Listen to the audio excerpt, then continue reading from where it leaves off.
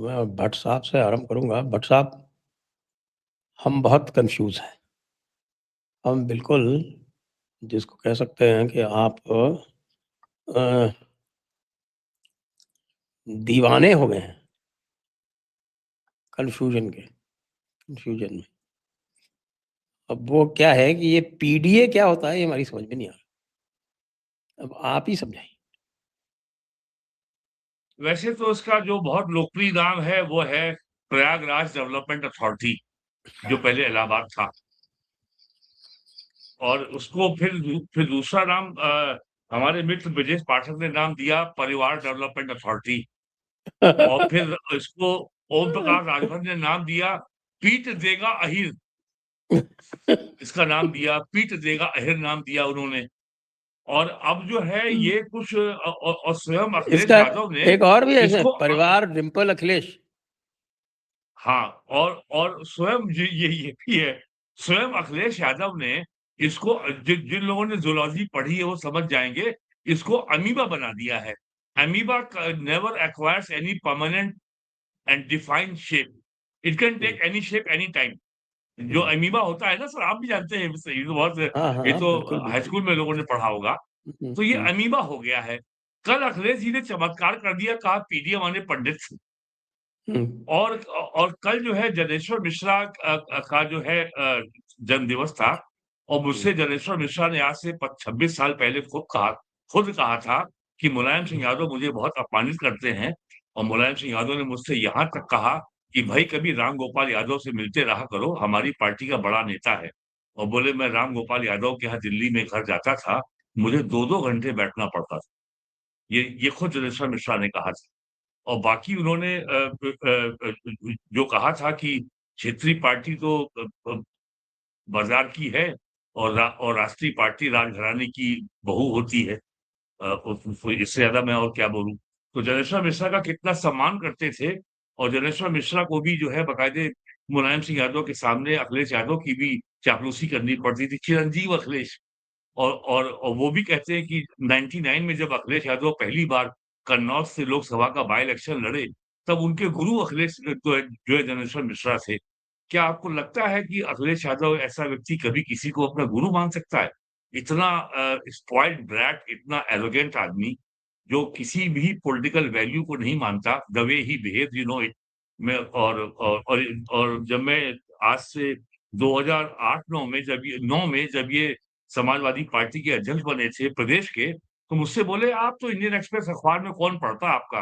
तो मैंने कहा, "कल से आपके अखबार में मेरे अखबार का सर्कुलेशन मैनेजर आएगा, आपकी प्रेस कॉन्फ्रेंस में। अब मुझे आने की क्या ज़रूरत है? शायद आपकी खबरें छापने से हमारा कुछ सर्कुलेशन बढ़ जाए।" और ये इतने बड़े काबिल थे कि 2009 में जो पार्टी हुँ। का जो मैनिफेस्टो आया था लोकसभा चुनाव में, इन्होंने कंप्यूटराइज़ेशन का विरोध किया था कि इससे जनता में बेरोज़गारी बढ़ रही है। ये हाल है इनका। जो जो हमेशा योगी आदित्यनाथ को बताते हैं कि उनको तो स्मार्टफ़ोन को ऑपरेट करना नहीं आता, तो ये इस तरह की बातें बोलते हैं। तो एक सबसे बड़ी बात ये हुई है कि जो पिछले जून 3 से जब से अयोध्या में मंदिर के चढ़ावे का मामला सामने आया है और जिस तरीके से अखिलेश यादव बीजेपी के ऊपर और योगी आदित्यनाथ के ऊपर हमलावर हैं, तो अब सपा के लोग कह रहे हैं कि यार सपा का माने समाजवादी पार्टी नहीं रह गया है, अब सपा का माने संघ परिवार हो गया है। ये खुद समाजवादी पार्टी के लोग कह रहे हैं कि हमारी पार्टी मंदिर की पार्टी थी और हम केवल मंदिर की बात कर रहे हैं। और बेसिक सवाल ये है, 1 वो फरवरी 86 को अभिमुक्तेश्वरुद्दीन का क्या होगा? अभिमुक्तेश्वरुद्दीन का? नहीं, वो तो हिज़्बुल्लाह चाचा जी हैं, वो तो अपना काम कर ही रहे हैं। पॉडकास्ट में अमन चोपड़ा को जो उन्होंने अपना सम्मान बढ़ाया है, हुँ, तो चारों ओर उनकी ख्याति बढ़ रही है। सर एक बुनियादी सवाल ये है, 1 फरवरी 86 को 86 को अयोध्या में बाबरी मस्जिद का ताला फैज़ाबाद के सेशन जज के.एम. पांडेय के आदेश पे खोला गया। 1 फरवरी 2026 को इस घटना के 40 साल पूरे हो गए।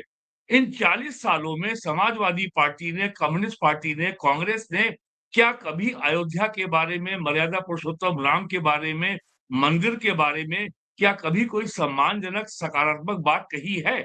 40 सालों का 40 साल is a very long time, 40 years. ये अलग बात है कि कांग्रेस के वाले कह सकते हैं कि ताला खुला था तब राजीव गांधी प्राइम मिनिस्टर थे और यूपी में कांग्रेस की सरकार थी, वीर बहादुर सिंह चीफ मिनिस्टर थे और जो 29 अक्टूबर या 1 नवंबर को जो 89 को जो अयोध्या में मंदिर का शिलान्यास हुआ था, वो भी कांग्रेस सरकार की परमिशन से हुआ था। और राजीव गांधी ने 89 में कांग्रेस की इलेक्शन कैंपेन को अयोध्या से लॉन्च किया था और मैं मौके पे मौजूद था। उन्होंने कहा था, हम जीते या लूजें, अयोध्या में भव्य मंदिर बन के रहेगा। और इस बात को मार्क टूली, स्वर्गवासी मार्क टूली ने अपनी पुस्तक में बहुत विस्तार से लिखा है। और सनातन धर्म की बहुत बढ़िया परिभाषा भी उन्होंने की है, India has no full stop. Sanatan Dharma की अंग्रेजी में इससे अच्छी परिभाषा मैंने नहीं देखी। India has no hmm, full stop. तो आज सवाल ये होता है और मैं यहाँ पे और फिर मैं एस गुरुमूर्ति को मैं कोट करूँगा, अगर अयोध्या में जो ये गड़बड़ हुई, ये हमारा सिविलाइजेशनल एमनेशिया है। हमारा ये हमारी जो सभ्यता का जो हमें स्मृति का लोप हो चुका है, 1000 साल की गुलामी से।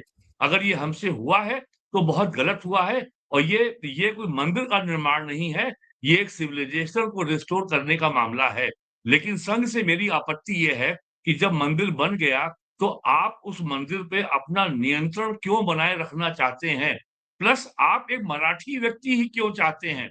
स्वामी गोविंद देव गिरी एक सन्यासी हैं, आपने उनको बना दिया ट्रेज़रार और चंपत राय ने जीवन भर संगठन के बीच में सामान्य आदमी के रूप में रह के कार्य किया, आपने उनको महामंत्री बना दिया। और एक वहाँ गोविंद राव थे, वो भी मराठी थे, उनके पास ट्रस्ट में कोई पद नहीं था, फिर भी वो बहुत प्रभावशाली व्यक्ति बने हुए थे। अनिल मिश्रा भी संघ के आदमी हैं, उनके बारे में मैंने कभी कोई सकारात्मक बात अयोध्या में नहीं सुनी पिछले 30 सालों में। तो ये भी सवाल है कि आखिरकार संघ क्यों अपना नियंत्रण बनाए रखना चाहता है और बल्कि मराठी व्यक्ति रखना चाहता है। अभी भी एक मराठी व्यक्ति फिर आया है वहाँ पे। तो ये सवाल अच्छा, का अब इस कौन आ सवाल गया? का उत्तर संघ को देना चाहिए। अरे मैं उनका नाम भूल रहा हूँ क्या है वो थोड़े मराठी नाम थोड़े-से अलग होते हैं इसलिए वो जल्दी स्मृति में चढ़ते नहीं है। तो लेकिन संघ का नियंत्रण वहाँ बना हुआ है ना। आपको भोजशाला से मतलब नहीं है, आपको काशी विश्वनाथ से मतलब नहीं है, आपको मथुरा की ईदगाह से मतलब नहीं है, आपको जो है संभल के हरिहर नाथ मंदिर से मतलब नहीं है। विष्णु जो जैन जो जो अकेले मुकदमा लड़ रहा है, उसको आज तक यूपी गवर्नमेंट ने गनर तो उपलब्ध नहीं कराया है, जबकि आपको मालूम है कि उसकी सुरक्षा के लिए कितना बड़ा खतरा है। ये सारी बातों का भी कहीं न कहीं चर्चा में आना चाहिए। तो कुल मिला के बात समाजवादी पार्टी की हो रही थी, तो समाजवादी पार्टी तो पिछले 2 महीने से संघ परिवार बन गई है। और वो उन्होंने कल और परसों यूपी असेंबली में भी जो है और वो बहुत भद्दे तरीके से इश्यू को डिस्क्राइब करते हैं। अरे मंदिर में चढ़ावा आता है, चंदा नहीं आता है। वो चंदा चोरी कह रहे हैं। और जो चढ़ावा है, वो लोगों की भक्ति का मैनिफेस्टेशन है। वो वो लोगों की ऑफरिंग है, लोग देते हैं। अयोध्या में तो राजस्थान से जो तीर्थयात्री जो मैंने देखे हैं, 86 में ताला खुलने के बाद, सामान्य आदमी जो राजस्थान से आता था, वो 2 टिकट लेके आता था। एक अपना और एक ठाकुर जी का। ये लोगों की आस्था है राजस्थान के लोगों की अयोध्या के मंदिर के बारे में। वो ठाकुर जी का टिकट लेके आता था कि भाई अकेले थोड़ी आ रहे हैं हम, हमारे साथ ठाकुर जी हैं। ठाकुर जी माने भगवान राम हैं। तो ये एक मान्यता है राजस्थान में है, गुजरात में है। तो और मेरी शुरू से ये मान्यता है कि नरेंद्र मोदी से, राष्ट्रीय स्वयं सेवक संघ से अगर आपको लड़ना है, तो आपको भारतीय बनना होगा।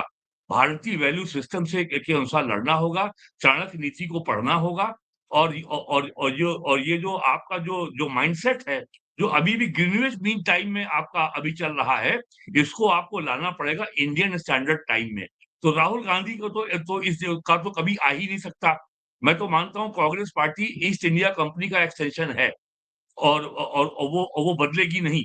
लेकिन समाजवाद भी तो वही है। समाजवाद भी तो पूरा जो यूरोपियन वैल्यू सिस्टम है और जो कॉलोनियल सिस्टम कोई पे ही तो चल रहा है। यूपी में आपको एक ऐसा आदमी नहीं मिलेगा कि सोशलिज्म की ओरिजिन क्या हुई थी कैसे हुई थी यूरोप में।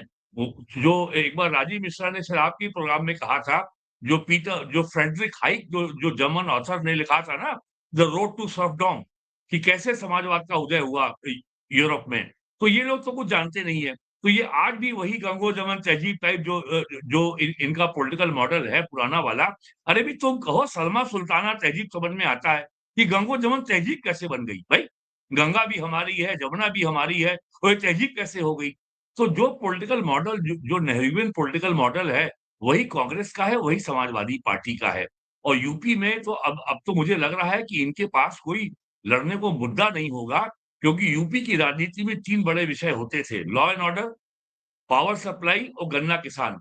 गन्ना किसान और बिजली के मुद्दे को योगी जी ने पूर्णतः समाप्त कर दिया है।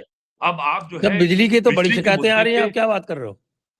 सर ऐसा है, वो प्रॉब्लम जो भी आ रही है, वो डिस्ट्रीब्यूशन लेवल पे है, और इस समय जो है आपका जो ह्यूमिडिटी है, वो अपने चरम पे है, अभी और बढ़ेगी सितंबर में।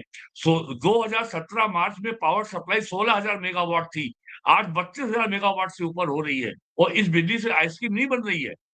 बिजली की शिकायत किसी बड़े शहर में यूपी में नहीं है। प्रॉब्लम अगर है तो डिसरप्शन और breakdown it is at the level of distribution.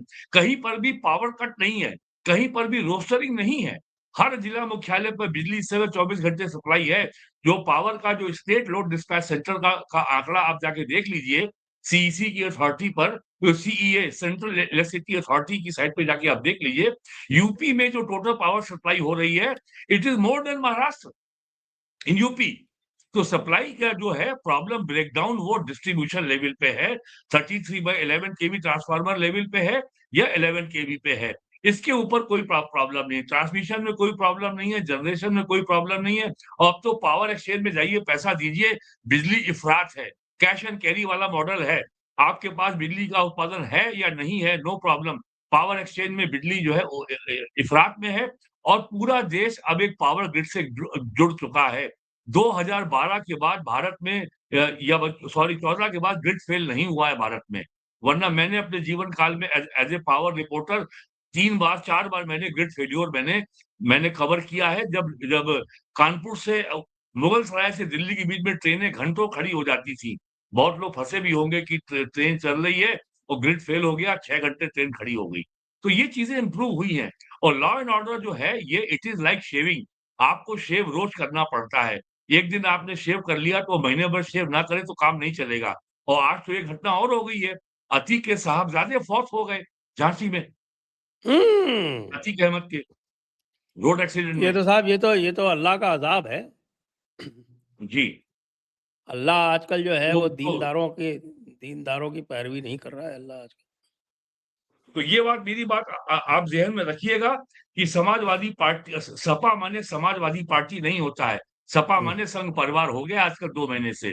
और अच्छा। बीजेपी ने, योगी ने समाजवादी पार्टी को अपना मस्जिद का पिच छोड़ करके मंदिर पे पिच पे खेलने को मजबूर कर दिया है।